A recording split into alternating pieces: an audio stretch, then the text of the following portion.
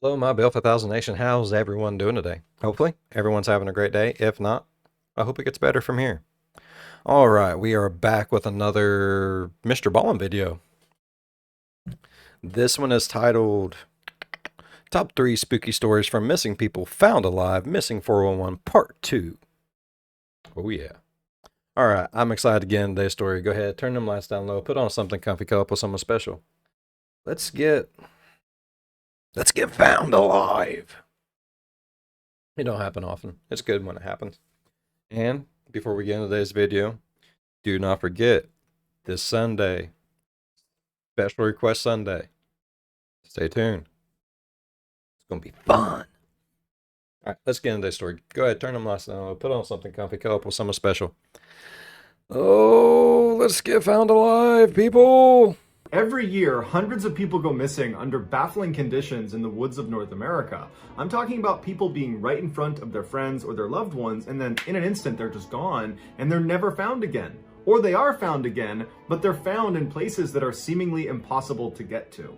One former police detective named David Politis has written a book series called Missing 411, where he investigates these incredibly strange cases. Yep. Today, we're going to look at 3 missing 411 cases that, even amongst strange disappearances, these rank as particularly bizarre. But before we get into today's stories, if you're a fan of the strange, dark, and mysterious delivered in story format, then you've come to the right channel, because that's all we do, and we upload 3, 4, even 5 times every week. So if that's of interest it's an old one, yeah. Don't. MrBallen classic, I'm telling you. It's all good. To you, please replace the like button's 2021 calendar with a 2020 calendar that has a 1 glued over the 0. Also, please subscribe to our channel and turn on all notifications so you don't miss any of our weekly uploads. All right, let's get into today's stories.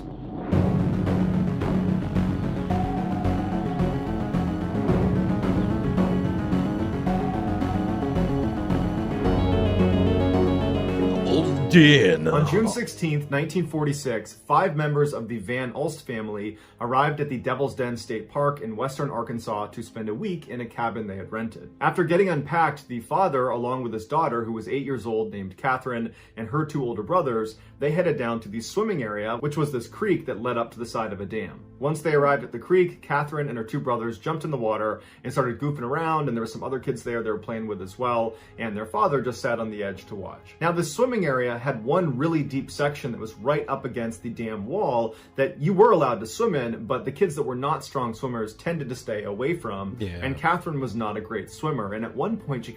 It's like at Lake Vesuvius, they have... It's not exactly a dam per se, but it's kind of like a spillway, but water will go down like this little waterfall that they have that leads it out into the creek.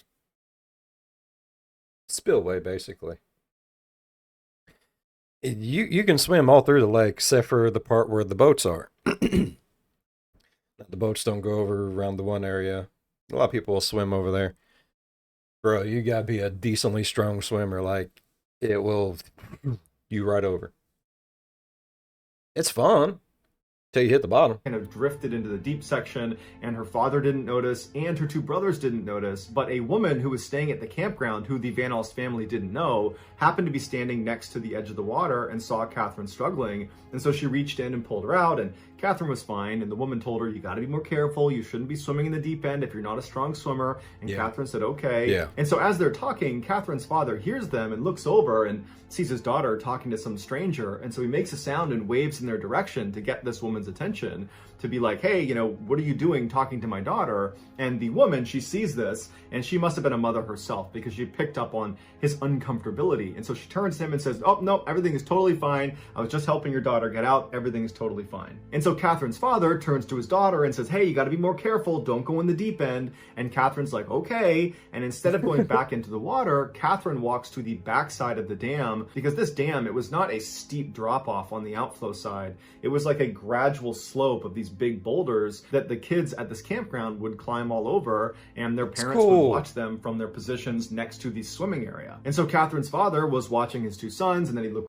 That was a real photo of it. I would have been climbing all over them damn rocks too, bro. Go over and watch Catherine, and back and forth, he kept his eye on all of his kids. But at some point when he was looking at his sons, he looked back at Catherine and she was gone. And so he stood up and he walked over thinking maybe she's gone all the way to the bottom and she's just out of sight because she's crouched down or something. But when he got to the edge and looked down, she wasn't down there. And so he's looking all around and he's thinking to himself, this isn't possible. I just saw her on the rocks like seconds ago. Where could she have gone? And so he looks at his sons who are still in the swimming area and he says, hey, have you seen Catherine? And they're like, no, we haven't seen her. And then he turns to the woman that had previously pulled Catherine out of the water and he says, have you seen my daughter? And she said, no, the last I saw her, she was on the rocks. I don't know where she went. And so before long, Catherine's father is screaming for Catherine. He's enlisted the help of everybody at this campground that's in the vicinity to go look for his daughter. There are people jumping into the swimming area up top. There are people jumping into the swimming area on the backside of the dam. I mean, the whole area is getting searched and there's no sign of this girl. And after about an hour of looking, Catherine's father went and got police. After 2 days of searching the very thick forest that surrounded this dam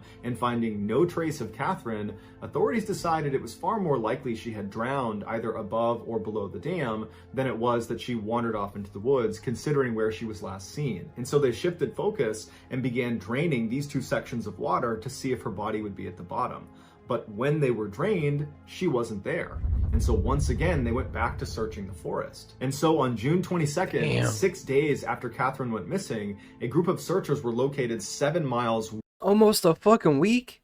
way into the forest. They were walking up this mountain and they're yelling Catherine's name. And as they're walking, they stop. So basically almost like a mile a day. When this little girl wearing only a bathing suit walks out of a cave, looks down at them and just says, here I am. The searchers couldn't believe it. It was Catherine. And besides some scratches on her arms and some bug bites, she seemed like she was perfectly fine. In fact, they would say she was eerily calm. It was like she was waking up from a dream. She was reunited with her family who could not believe she was still alive. They brought her to the hospital and the doctors looked at her and said, yep, besides some superficial cuts and some bug bites, she's fine. And 2 days later, she was discharged. So this 8-year-old who's never spent any time in the woods before, this is her first exposure, her trip to Devil's Den State Park, survives on her own out in the wild for 6 days and 6 nights with only a bathing suit on. And despite there being no potable water anywhere near her where she was found up on that mountain, she was determined to be relatively well hydrated and had only lost a couple of pounds. Also, you need to understand the staggering distance she covered,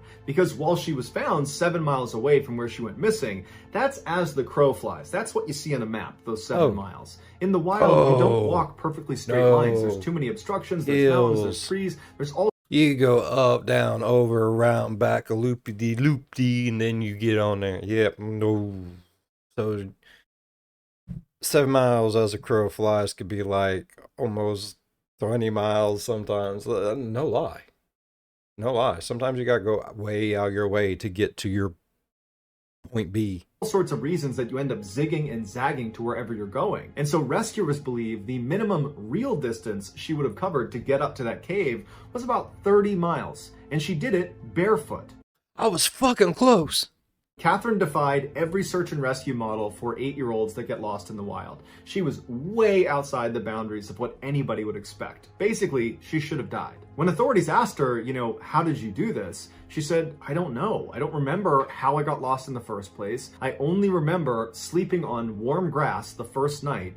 And then her next memory is waking up inside of a cave on day 6. She has no idea what happened between day 1 and day 6 when she traveled those 30 miles and somehow subsisted on some water source and some food source. While some say this is just a really weird case where she got very, very lucky, others think there was something in the forest that chased her and adrenaline kicked in, forcing her to run the 30 miles to that cave, and because it was so traumatic, she forgot the experience. But like virtually all of the missing 411 stories, we have a lot more questions than answers.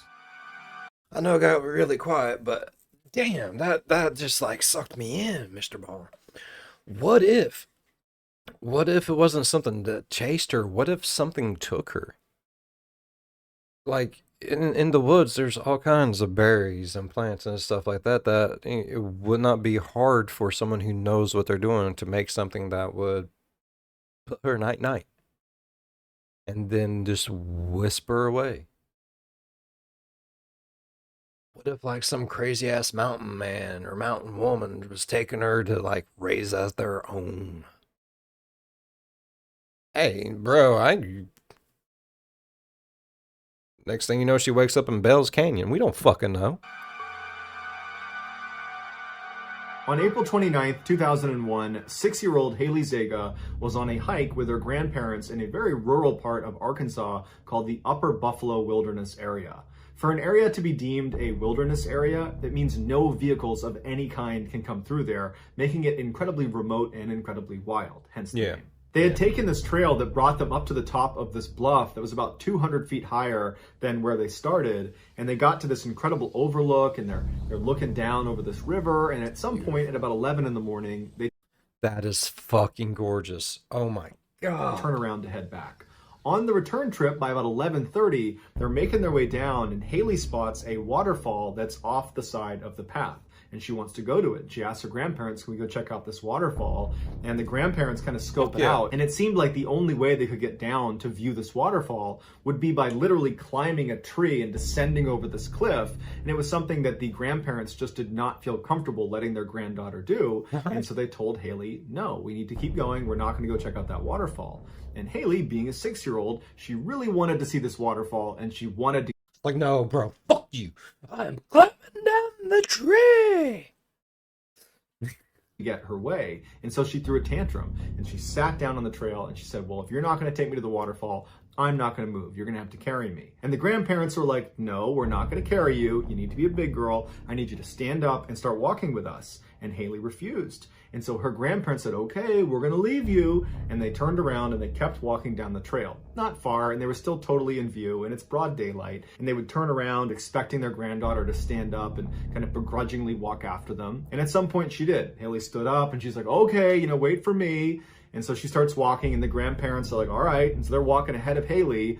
And as they're walking, Haley would just slow down more and more and more. And her grandparents could tell she was doing this. She was just trying to be frustrating, and she was intentionally trying to take as long as she could. But the grandparents made sure they kept her in their view. So they would walk a little ways and turn, and she'd be right there. They'd walk a little ways, they'd turn, and she'd be right there over and over again. And then at some point when they turned, she wasn't there. And so the grandparents immediately run back up, and they're looking around for Haley, thinking she probably darted behind a tree to hide because she wants, to be a little bit more frustrating for them. And so they're kind of looking for her. They're not that worried yet. They start yelling for her, saying, come on, we do got to leave. You got to come out. We got to go. But there was no word from Haley. It was just silence, and she was just totally gone. And for the next 90 minutes, the grandparents just ran all up and down this trail screaming for Haley, and they never found her. And so they ran down and they called police. The largest search. And I bet they're sitting there feeling like shit, beating themselves up like, we should just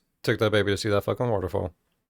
Guarantee it. And rescue mission in the history of Arkansas was launched for Haley Zaga. It included hundreds of searchers on the ground, including 8 dog teams and helicopters overhead. There were firefighters, the National Guard was involved. But after 2 days, despite this incredible search, really no progress had been made. The only thing that had been found was one of the dog teams had tracked her scent up to a nearby road where the dog stopped, meaning the scent is now gone. And unfortunately, what that told investigators is it looks like Haley got picked up by some motorist. But 51 hours into the ordeal, there were 2 searchers well outside of the primary search area. They were about 2 miles away from where she'd gone missing.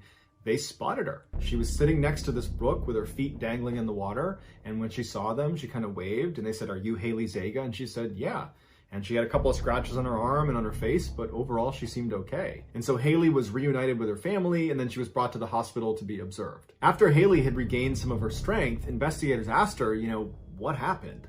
And she said that she was walking behind her grandparents and that she looked down. And then when she looked up again, not only were her grandparents gone, but she was looking at this wall of trees. Like she was not on the trail anymore. She didn't know where she was. And since she was only 6 years old, she didn't stop and look around or yell. Instead, she just kept walking in this direction that she didn't recognize. And she walked and walked and walked, and she never found the trail again. She said pretty soon it got dark and she slept on top of that bluff. And then the next day when the sun came up, she walked down the bluff and she made it to the river. And then she walked along the river until she found a cave where she slept for the second night. And then the next day when she got up, she was found. After she gave this explanation, investigators had a lot of questions. Like, if you were sleeping up on the bluff on that first night, then why couldn't the helicopter see you? Because that's all they were doing, was flying over the bluff, and they had thermal imaging. They could have very easily picked you up. And so they asked her, are you sure that's where you were? And she said, yeah, that's where Alicia told me to stay. And they were like, who's Alicia? And she said, oh, she's my imaginary friend. I met her on the bluff. And so immediately the investigators and the parents are like, okay, she's clearly coping with this traumatic event by creating this imaginary friend. And so they don't ask any more questions about the imaginary friend. Instead, they continue to ask questions about basically how she got from where she was lost to where she was found. And they say, okay, Haley, how did you get down the bluffs? Because there's only one way down, and it can be hard to find, especially if you're off the trail. And Haley said, well, Alicia brought me to a trail, and she led me down the bluffs. And she stood in front of me and made sure that I didn't fall forward. And so her parents and the investigators are now starting to think, maybe this isn't an imaginary friend if this person is right in front of her kind of propping her up. And so they ask Haley, can you describe what Alicia looks like? And Haley said, sure, she has black hair, brown eyes, she's a little bit shorter than me, she's 4 years old, she likes to tell jokes, and she likes to sing songs. And then Haley began singing songs that she had learned from Alicia and began telling jokes she had learned from Alicia. Even though Haley was giving this vivid description of this 4-year-old girl named Alicia running around the bluffs, it just couldn't be possible. And so Haley's parents and the investigators went back to treating Alicia as just an imaginary friend, just a simple coping mechanism. And so the investigators went back to just doing their interview with Haley. They got all the information about how she got from the bluffs down to the river as much as they could. And then because Haley was fine, they said, okay, you're good, see you later. Now, Haley's case was a really big deal, and it was all over the news, especially after she was found. And so her interview where she said this imaginary friend named Alicia had assisted her in getting down the bluffs and had basically taken care of her, that was put in print. And after it was published, there were some readers that realized there was another little girl who had gone missing in the exact same spot as Haley 23 years earlier. She was 4 years old, she had black hair, brown eyes, her name was Alana, and she had died on those bluffs. After this connection was made, it got national media attention because suddenly news outlets were saying this imaginary friend was actually Alana and that she was Haley's guardian angel. In fact, Haley was brought on Dateline to talk about her imaginary friend. This year, Haley, who's now 25 years old, posted a video to her YouTube channel where she tells her story of what happened over those 51 hours she was gone. And in the story, she talks about her imaginary friend. And she says, before Alicia, I never had an imaginary friend, and afterwards, I never had an imaginary friend. But at the time, Alicia was very real to me, and I don't know who or what she was, but she saved my life. Oh, that's the sweetest fucking thing ever. It gave me the goosey bumps. It gave me the goosey bumps.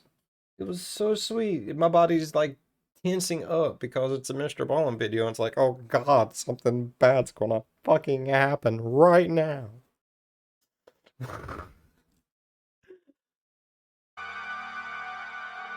In September of 2012, 53-year-old Linda Ortega went to visit her brother, Eddie Huff, in St. Joe, Arkansas. St. Joe is a very rural part of Arkansas, and it's about a mile away from the Buffalo River National Park. The park is thickly forested and mountainous, and there's hundreds of small water bodies that are strewn throughout. On Saturday, September 22nd, Linda and Eddie decided to go for a walk in the I want to go so bad. It's so pretty. Park because Eddie apparently had heard of some great fishing spot and he wanted to go find it. In searching for the spot, they stepped off of the trail and got turned around. Now they realized they got turned around, but it's broad daylight and they figured, okay, we'll find the trail soon.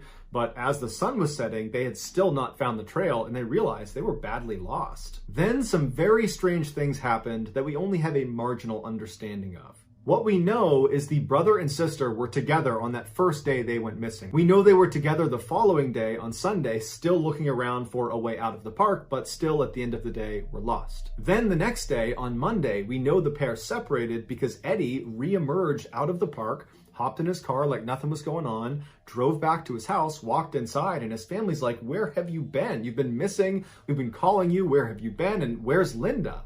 And he's like, oh, everything's fine. I dropped Linda off at a relative's house. She's fine too. And his family's looking at him like, do you not understand that you've been missing for like 3 days here? And he was just trying to tell them that everything was fine. But as they asked him more questions about specifically what were you doing? Specifically, how did you get lost? It's weird. Specifically, what time did you drop Linda off? Tell us all the details. As they did that, Eddie started to realize that, oh my goodness, I actually don't know what happened. And so his family called this relative that Eddie had claimed he dropped Linda off at. And when the relative picked up, they said, no, we don't have Linda here. I've not spoken to Eddie and I've not spoken to Linda. And so the family turns back to Eddie and they're like, where's Linda?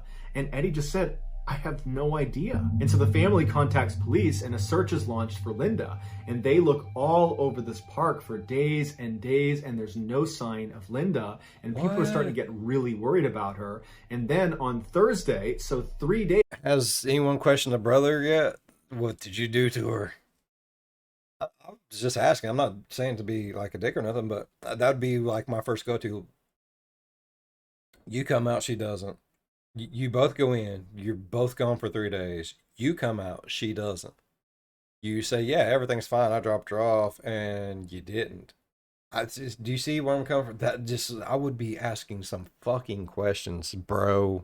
Days after Eddie had reemerged from the park and 5 days after they had originally gone missing, some searchers that were on ATVs were about 2 miles away from the entrance of the park in this very thick area, and they found Linda and she was alive. And initially, just like her brother Eddie, she really had no idea what was going on. She said she didn't understand how she got where she was, and she was just really confused. And so they brought her back to the hospital and they put her under doctor's care, and she ended up being fine. But as she's laying in the hospital, she starts kind of coming to, and her memories start flooding back. And she tells this story of what happened to her, and it's unbelievable. She said she and Eddie went into the park to find that fishing spot, and at some point they stepped off the trail thinking they were going to find it, but they didn't. They got turned around, they were lost, and they were confident they were going to find the trail and get out the same day, but they didn't. And so the sun went down and they were forced to sleep out in the wild.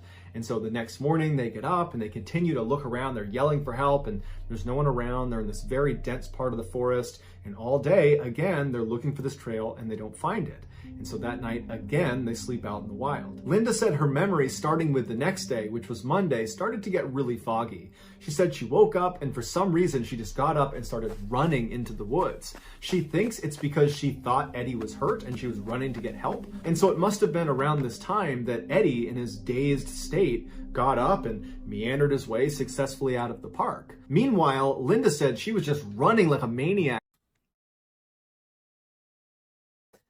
I'm not laughing. I'm laughing. I am laughing. Okay. He gets up. I'm gonna take you home, sissy poo.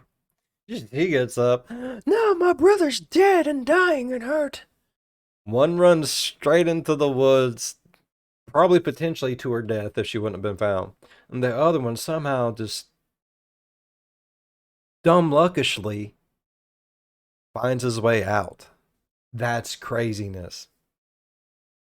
Into the middle of Because if she would have just stayed there and like not took off running thinking he was hurt, they probably would have both been good to go. the woods, screaming for help from someone, even though she's in the middle of nowhere. And then miraculously, she says she saw a group of people way off in the distance. It looked like a group of hikers. And she started yelling for them and waving to them and trying to get their attention. And she said they all stopped and turned to look at her, but they didn't show any sign that they had actually heard her. They were not trying to interact with her. They were just looking at her. Linda said she thought that was pretty odd, but she just kept on running towards them and screaming and yelling and trying to get their attention. And she said when she got about 100 meters away from them, instead of them reciprocating waves or making a sound, they all ducked behind trees like they were trying to hide from Linda. Linda said this was the first time she felt really unsettled by what was happening, but she was desperate. She needed help, and so she just kept walking towards them. And she got to about 50 meters away when they all poked their heads out and looked out at her and then poked their heads back.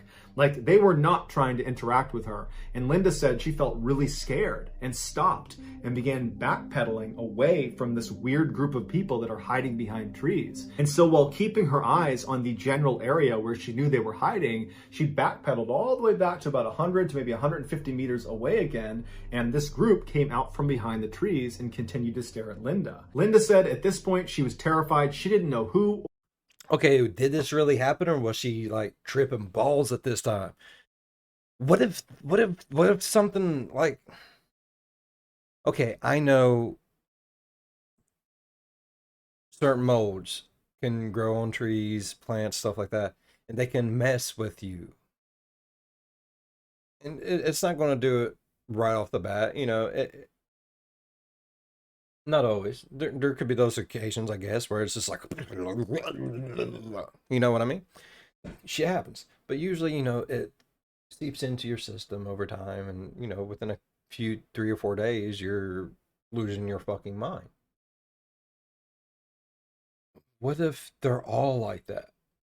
No, no, no. Seriously, what if they are? What if, like, on this trail somewhere, there's these trees or plants or whatever that has this specific mold on it?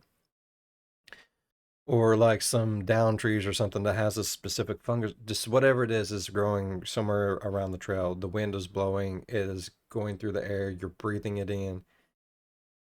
Maybe all these people are just tripping balls thinking everything is just all bad. Or what those things were, but they were not there to help her. And then she said her memory got really foggy because all of a sudden her next memory is her laying on the ground in this pitch black forest. Her brother's not near her, and she's hearing footsteps, and she believes it's this group of people or things that are walking towards her, but it's so dark she can't see anything. And she said all night she heard the sounds of these people or things walking around the perimeter of where she was laying, totally exposed in the middle of the forest. Linda said her memories from this point until she was rescued are all mixed together. But she said she had one memory that really stood out to her because it was so terrifying. She said on one of the last mornings she was out there, she woke up, she was laying on the ground, she opens her eyes, and it was still dark, but the sun was starting to come up. And so there was enough light that she could begin to make out the layout of the forest. And so she sat up and immediately got the sense that she was being watched, but she didn't know by who or from where it was coming. She just had this intuitive sense that she was being watched. And as she's feeling this way, she hears movement coming off to her right, and she turns, and standing next to a tree about maybe 20 meters away is this dark silhouette of a man who's just staring at her. He's got no features. He's just this shadowy figure. And so she's horrified. And then she realizes there's another one. And she looks at that one and realizes there's another one and another one and another one. They're all around her. They're all around her looking in, these dark, shadowy figures. And she's so scared. And as she's looking around at all of them, it seems like they registered that she sees them. And at that point, they all turned and start running into the forest in all different directions. She said after that, she has no idea the sequence of events or what happened. All she knows is that the whole time she was out there, she was scared. She felt like there were people watching her in the woods. And then at some point, rescuers showed up and she was saved. Linda's totally crazy account of what happened, combined with Eddie's bizarre behavior, totally baffled investigators. They really didn't know what to make of this. How did Eddie find his way out again? And why did he think Linda was at a relative's house? And who were the people Linda was seeing? And why can't either of them remember 90% of the experience? One theory is they must have eaten berries or some other food item that had hallucinogenic properties, and they were literally just hallucinating the whole time. However, if you follow along with David Paulides' missing 411 phenomenon, or if you watch some of the videos on this channel about the missing 411, then you know there are lots of other examples of people that go missing in the woods of North America that never ingest any food or any liquid, so there's no hallucinogen in their system, and they still have similar experiences to what Linda and Eddie did. So how do you explain that? So that's going to do it, guys. If you found this... I don't know. It blows my mind. I love shit like this so much. And the reason why we're watching this because subscriber that commented not too long ago was talking about the missing 411. I love Bigfoot. I'm a fan of Bigfoot.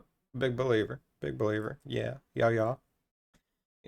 And he was talking to me about the 411. I love the 411. I don't watch it often because I do enjoy it. I watch them here and there because they're special. Alright, I really enjoyed today's video. If y'all enjoyed today's video as much as I did, please leave a thumbs up. If you're a fan of the spooky, scary, strange, think about subscribing. And as always, be good to one another, and I'll see you in the next one. Bye-bye. Alright, now, before we completely head out, don't forget, starting this Sunday, Special Request Sunday. Hope y'all as ready for it as I am. I'm not ready at all. I talk a big game, but,